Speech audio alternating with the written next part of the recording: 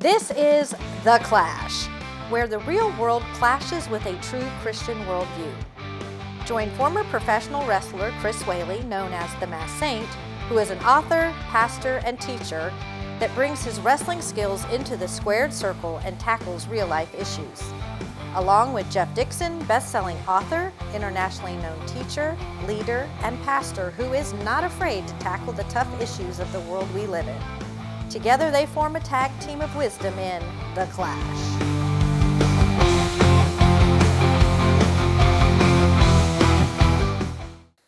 Hi, welcome to The Clash, where we take a Christian worldview and allow it to clash into the culture around us. And when it's all said and done, hopefully we say something that will encourage, entertain, enlighten, educate, whatever, enhance your life in amazing ways. I'm Jeff Dixon, and I sit in this chair, but the one you really want to hear is sitting in the chair to my right, that screen left. That's the one, the only, the saint himself, Chris Whaley. How you doing, Chris? Doing good, man. How about you? I'm doing well. Yeah. I like what we're talking about today. It's going to be fun. I do too. And I just want to give the audience a little heads up here, man. We got some good stuff coming in the future. We're going to have an interview with Diamond Dallas Page, DDP. We're going to have an interview with Dangerous Danny s5e, and I can't wait for that because, and I'll tell that story when we interview him.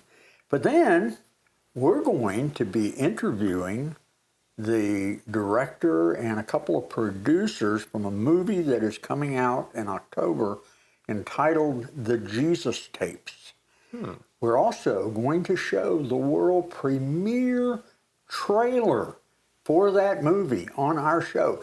We are the show that the trailer is going to premiere on. For the first time ever in human history? First time in human history, man. That's pretty cool. Yeah, but why don't a couple of yo-yos like us do that?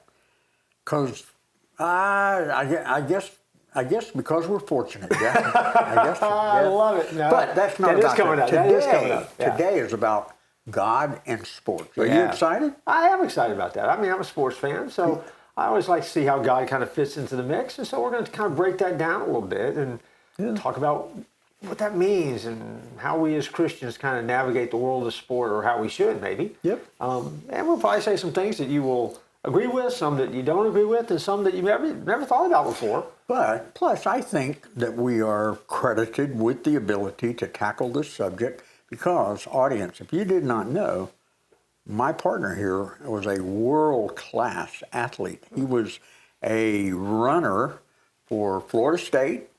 He ran for the country. I mean, he's a big deal. I just got to wrestle in little shows and get my head beat up, but this guy is a true athlete. And it goes to illustrate the point. It's tough to be famous when no one knows who you are. There you go. So as always, but we're going to come back after this break, and we're going to start talking about God and sports. So don't go anywhere. Get ready. It's going to be great. Jeff, do you remember the first Bible verse you memorized? I do. I have sometimes trouble remembering the address of it, but it's John 11:35. Jesus wept. Now, when I was a kid, they were having a contest, and the goal was go home this week and come back and memorize the Bible verse. I'm a practical kid, right? I'm like, okay, what's the shortest verse I can find in the Bible? And sure enough, 2 words, Jesus wept. Fantastic, I'm on it. And so that was the first verse I ever memorized. And other people memorized John 3:16. I mean, and they were doing great stuff. But me, I just kept it simple. But I found out over time, though, that in those 2 words, I have discovered so much about Jesus and the way that he connects to us, the way he feels about us, the way he feels our pain, meets us at our point of need, his compassion and caring. It's really all wrapped up in those 2 words. And so for me, although it's silly, it's also the first verse I ever remember as a kid. Hi, welcome back. We're talking about God and sports. Now, Chris, I will tell you, way back when in high school, when I ran track, there was a gentleman who was probably the best hurdler in Central Florida. When I was a junior in high school, he was a senior. He ran for Oak Ridge High School here in Orlando. I was at Edgewater High School, home of the Mighty Eagles. But Kevin, good guy. And I was still kind of learning to hurdle, trying to put my athletic career together. And the first meet I remember running in high school, we were standing there, and I was next to Kevin Smith, who was supposed to win the race, but in the lane next to him was this guy, and as he was warming up, he kept kind of getting back, and then he kept crossing himself. Oh. Yeah, crossing himself, you know. And I'm watching him, and I'm trying to get a feel for this thing called high school track, and I looked at Kevin Smith, and I said, the guy's doing that. I said, does it help him run faster? And Kevin said, no, he's just not a good hurdler. And at the end of the day, it caused me, for one of the very first times in my life, to think about, well, how does God really feel about sports? Yeah. Now, again, as a junior, I didn't think about it much. But as time has gone by, now I'm a much more seasoned adult, I have thought about it a great deal.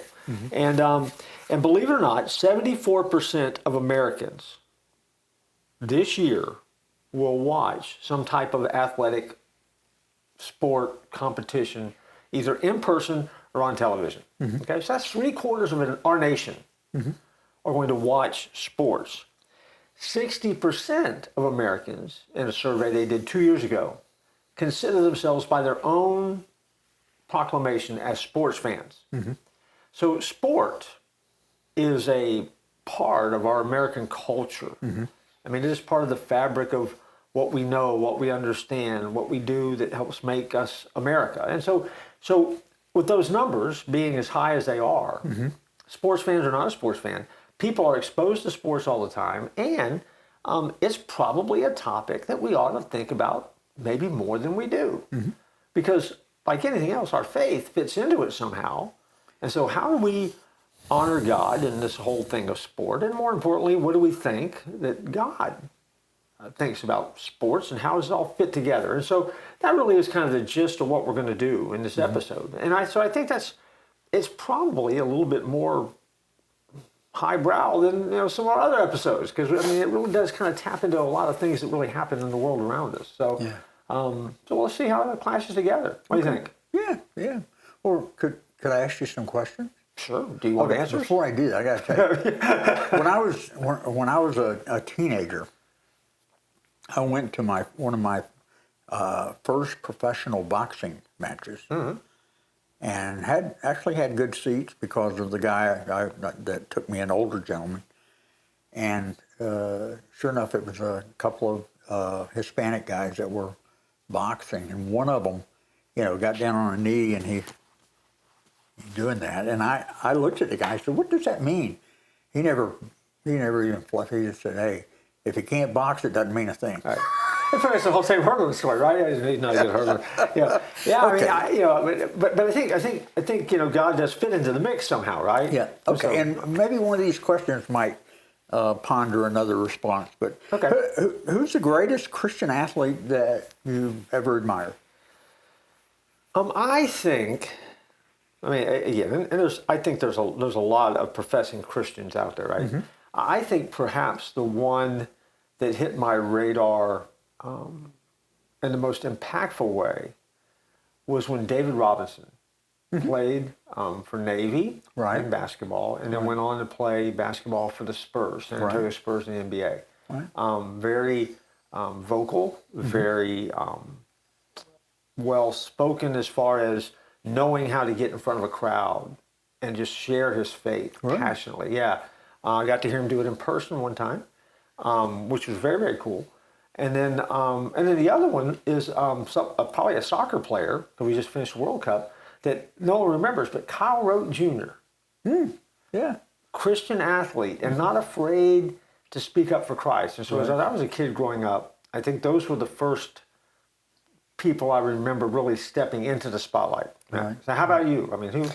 Well, it pains me to say this. Oh, I know what you're going to say. I know who you're going to say. I know what's coming here. I knew it was going to show up. I'm a big Florida State fan, and we've been in pain and suffering for a long time. But, Tim Tebow, and I'll tell you why, is because he not only, lived it on the field, but he lives it in his daily walk. Yeah. Plus, he has given back, so he's very very big on missions in the Philippines, which is, I guess, where he grew up. His dad was a missionary. And he gives tremendous amounts to the Philippine missions. He does a lot with, child sex trafficking. Yep, he does. So he's one. I mean, that's an easy one. I think a lot of people admire Tim Tebow, but he just comes to my radar when you ask. Well, he does. I mean, I'm not a Florida fan. No, I'm not. So obviously, because with my ties to Florida State, but after Tim Tebow graduated from Florida, I liked him a lot better. Yeah.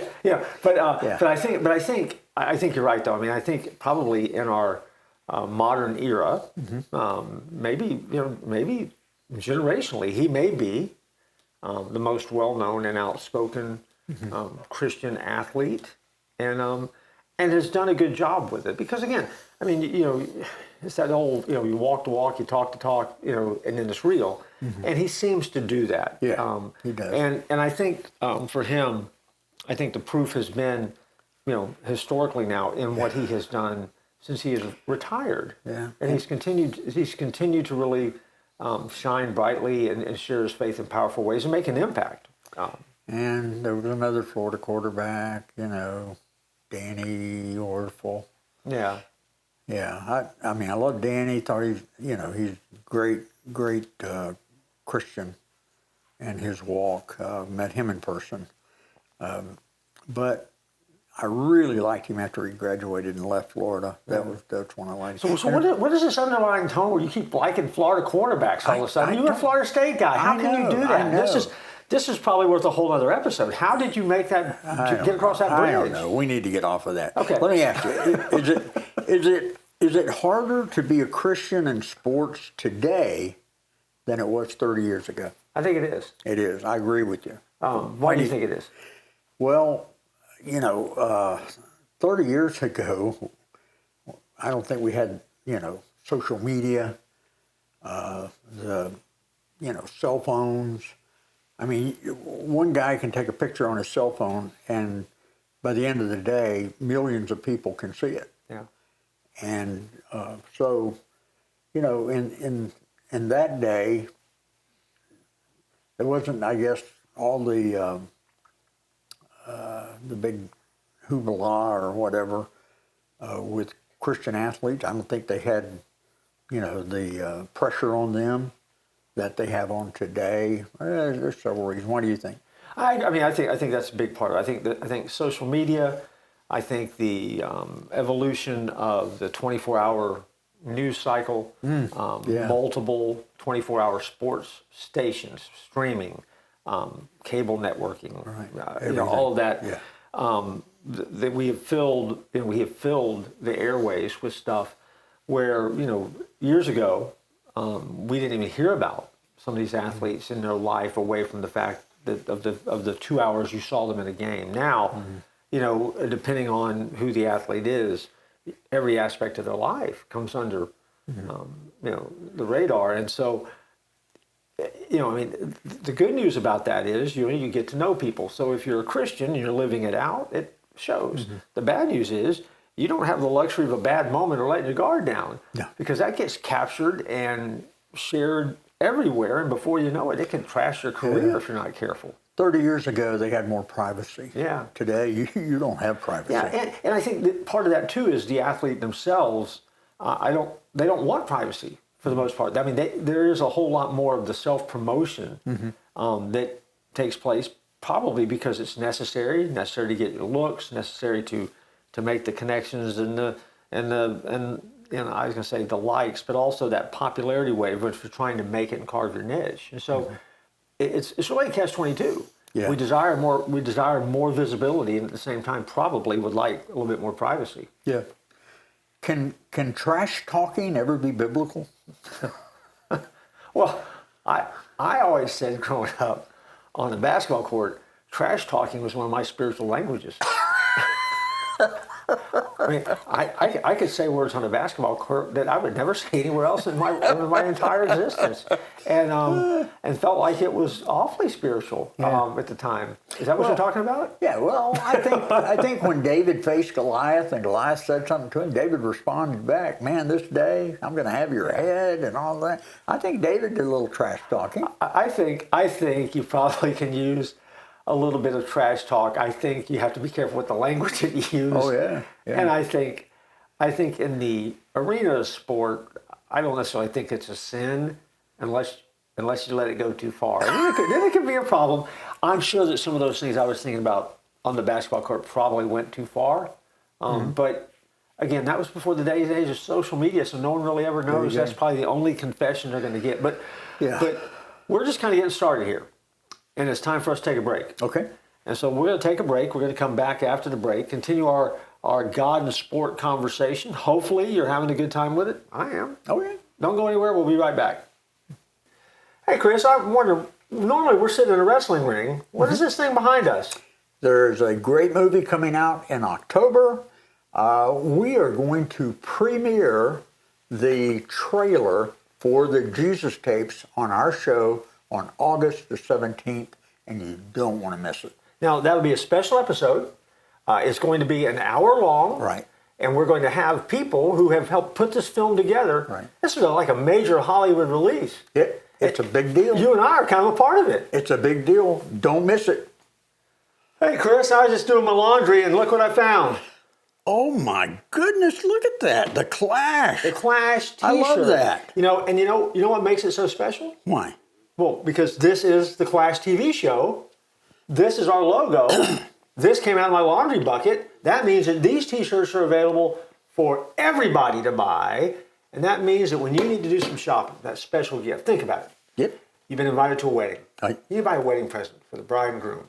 Wow. Matching Clash t-shirts. How awesome Every would that home be? needs that. You know, when they have a baby, what do you want to get the baby? A onesie. A onesie, a Clash onesie. You can get that as well. Right. If you're looking for that extra special gift for a loved one, Right. you can go to the Clash store and get a Clash journal. You can get Clash magnets. You can get Clash widgets and gadgets and keychains. All of that is available. All you have to do is visit the Clash store. We live in a great day, Jeff. We do. And perhaps the greatest store out there is the Clash store. So follow the QR code at the bottom of the screen. You can go to the Clash store and get stuff your very own. It'll make us happy. It'll make the show even better. And you can put on your Clash gear while you watch every single episode of the Clash. Absolutely. Hi, we're talking about God and sports. Chris and I are kind of talking about just stuff that relates to sports and sports in America and how our Christianity kind of rolls into it. And so we're kind of going back and forth a little bit and just kind of fielding some questions that I guess anybody who's going to tackle this subject might have. Yeah. What else you got? Have we made youth sports too important? Yes. I agree. I think we have, and this will hack off or alienate or challenge parents because I mean it's part of it though, and in fairness to moms and dads and athletes is part of it is really part of the cultural change and climate that's happened in our world today. Back in the day, there used to be a unspoken Sunday, Wednesday moratorium on sports and things like that, and allowing church to kind of carve its niche as well, and parents held to that. And then as time has gone by, the development of youth sports has become bigger. It's a big business, multi-million-dollar business. And so as a result, there are parents who are throwing their kids into these athletic environments at young ages and paying big bucks.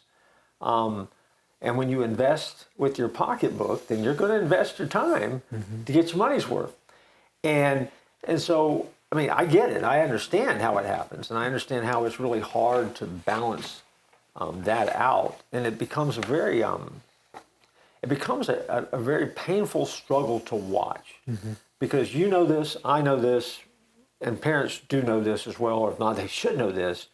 The number of athletes that start when they're kids, by the time they navigate middle school and high school, that get to go and play at the NCAA level is a very small percentage. And then the percentage past that will go on and participate in international competition, minuscule number. And those that will go into a professional athletic field, minuscule number. And so it forces the question, I think, that some people don't want to ask: is this the best investment of my time and the development of my child to make them into that person that positions him to be who God wants him to be? And you know it, and I know it. We've seen the stories where parents, they push too hard, it becomes more important for the parents, and the parents are living their life through the kids. And then the kids, they do it for a while, and they get bored with it, and all of a sudden they just kind of disappear, and they fall off the face of the earth, and you don't know or hear from these athletes again. And then the other kids who have an athletic bent, I mean, all of a sudden they're getting looks from colleges when they're in middle school now. So I mean, it's a hard cycle to break, and I think that for parents, my advice as pastors always: look, you have to make a decision for your children and your family. But remember, before your child is an athlete, he is a child of God. So are you doing everything you can do to make him the best child of God possible? And I've had parents that have struggled with it. Some have done well. Some have blown it badly. I have a parent that I'm thinking about that their rule for their child athletically, and he was a good athlete, was no games on Sunday.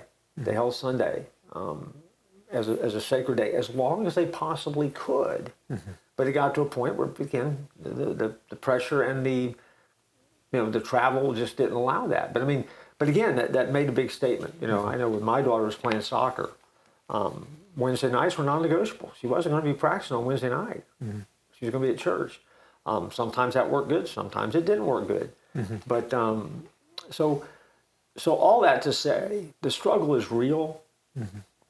I think parents have to be the starting point, because the kids are going to key off them. Because most kids don't want it as badly as the parents do. The parents do the driving. And so the parents have to get them there. And I think you get to a point where the kid's old enough to make their own choices, and that's a whole different thing. But right up until then, it really is the parents being the driving force. So I think parents have got to get a handle on it first before their kids ever have to struggle with this. And that's my take. I mean, that's kind of where I think it comes back to parenting and commitment to Christ and what's important. If you're on any of the social media apps on your phone or on your tablet, Jeff, how many times have you seen something happening at a youth sport event where parents got into fights? Oh my goodness, look at what happened in Texas, where one of the athletes stabbed another athlete, made national, international news. I love football. I love football. Can't wait. Football is getting closer and closer. And, I'd watch football, college football, and I'd say, there's a hold, and he didn't even call it. Or, there's a face mask. He missed that. My wife said, why don't you be an official? I mean, you see all this stuff. Why don't you be official? I said, So I went online, I filled out the papers, and I went, and I took the class, I took the test. I was out on the field, man, and I had parents screaming from the fence line at me for a call that I made. I had coaches stand there and scream in my ear until I, threw the flag for unsportsmanlike or whatever, and then that really made them mad. And then the guy that booked us, he said, well, you're a pastor. He said, I'm going to book you for these Christian schools. And Jeff, I had to call that guy and say, please don't send me to any of the Christian schools. I mean, I heard more F-bombs drop on the Christian field. I had more coaches talk ugly to me and more parents scream at me at Christian games than the local high schools. Yeah. And so I think it's out of hand today with youth sports, and that we've made it way too important than it is. With the statistics that you gave, you know, my wife was a high school teacher, and she would tell the kids how important it was to learn this math. And I can't tell you how many kids told her, well, I'm not going to need this because I'm going to be a pro football player. Yeah. I'm not going to need this because I'm going to be a pro basketball player and all. And she would tell them, you know, you have a better chance of being abducted by a Lebanese terrorist on February the 30th than you will in getting into pro sports. No, they'd still think they were getting into that. And we both know that very, very, very small percentage of kids that make that.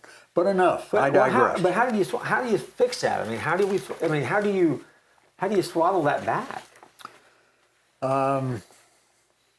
You know, they're not listening in church today when we preach. So if you got an idea, I'd like to hear it. I don't know. Yeah, no, I mean, I wish I had a grand fix for it. I think at the end of the day, it comes back to something I just kind of kind of kicked at around on the tires on just a little bit earlier. I think it's like anything else in life, right? We have to as followers bring everything under the lordship of Christ. Right. I think that starts with parents getting a handle on this, maybe early on in the parenting journey, because we want the best for our kids. We want our kids to be socially engaged. We want them to fit in. We want them to have fun. We want them to be in shape. I mean, so for all the right reasons, we throw our kids into these sports environments. But I think that also that if the sport environment though becomes unhealthy, that as a parent we have to pull them out of that a little bit, and that's hard to do. But we have to model that for our kids. I think that would go a long way toward helping a little bit. But I mean, that's just for a Christian kind of navigating. I'm not sure you can pull back the reins on the runaway culture as we kind of deal with sport, which are great fun. I mean, and while I love them, I mean, you kind of cringe sometimes. I mean, and I think for going to a ball game, I think yelling at a referee if you're not being obnoxious and overly rude. I mean, you pay your money, you yell at a referee when you blow a call, and you just go off life and leave it there. Some people can't leave it there. Some referees can't let it go. And I think that becomes one of those things where you've got to figure out how do we all get there together. Yeah. Because I mean, I got thrown out of a high school basketball game for yelling at the referee. He stopped the game and yelled at me and threatened to throw me out of stands. Really? Yeah. And I'm looking like, you're going to throw me out after all the calls you're missing on the floor? You're picking on me? And he looked at me and goes, one more word, Drag? I'm like, one more word. I said, the game is going on behind you right now and you're looking at me. Turn around and call the game for the first time. You want to borrow my glasses? And so, of course, I would not use any language that I wouldn't use in front of my mom. Did you get kicked out? No, he finally left me alone. But I'm just thinking to myself, you have got to be kidding. And I was just a spectator. I had to walk over to the head coach and say the head coach of the team I was rooting for. I'm like, man, I am so sorry. He goes, no. He goes, he's blowing every call. He goes, you're yelling at him. I can't get away with that. Keep yelling at him, okay? So I just kept going. But and after the game, I was talking to the official. I'm like, dude, what did I say that just hacked you off so bad? Yeah. He goes, I just didn't need your help. I'm like, well, yeah, you did, but I mean, that was the point. You did need my help. Yeah. But I mean, that's all part. I mean, part of that is the fun of it. But then, but if it gets out of hand, then at that point, we're not going, my God. You're one of the writers for Kentucky basketball. Do you ever put any derogatory comments on there about the refs, and do it real shortly? Never. Never. Okay. All right. So at the end of the day, well, we've talked a lot about sport. We're going to have to come back in the episode and talk some more about it. What do we need to know? Okay. Let me end with this. One day, every trophy is going to collect dust. Every championship banner is going to fade. Every record is eventually going to be broken. But the way we represent Christ on the field, on the court, in the stands, that has eternal value. So make sure you do it right and don't tap out.